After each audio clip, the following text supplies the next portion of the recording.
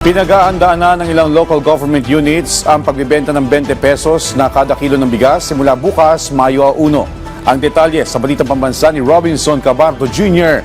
ng PIA Central Visayas live via phone patch. Robinson?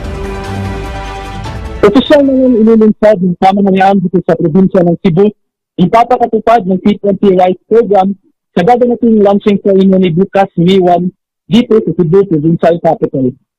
Inaasahan na ito ay dadaluhan ni na Department of Agriculture Secretary Francisco Cholawe Jr.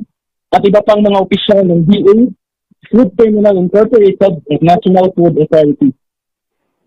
Ayon kay Cebu Provincial Agriculturist Dr. Roldan Saragona, isa sa magiging highlight ng programa at ang sali-sali na gagawin ng mga opisyal kung saan ipapakita ang pagkain nila ng nilutong bigas na ibibenta sa halagang 20 pesos per kilo. Dagdag pa niya na mayroon din gagawing agri-picture display ng mga magsasaka mula sa iba't ibang probinsya ng Cebu kung saan maaaring makabili ang publiko ng iba't ibang agri-products sa bilang ng 20 pesos per kilo na bigas.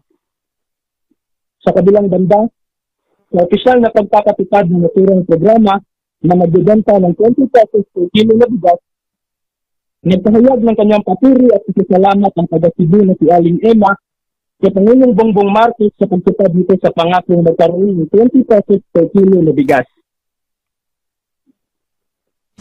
Naglalayong magbenta ng mas murang halaga ng bigas sa individual sector, ang T20 Rice Program at Administrasyong Marcos ay sisimulan munang ipatupad sa mga probinsya sa Visayas kung saan pangungunahan ito ng mga lokal na pamahalaan.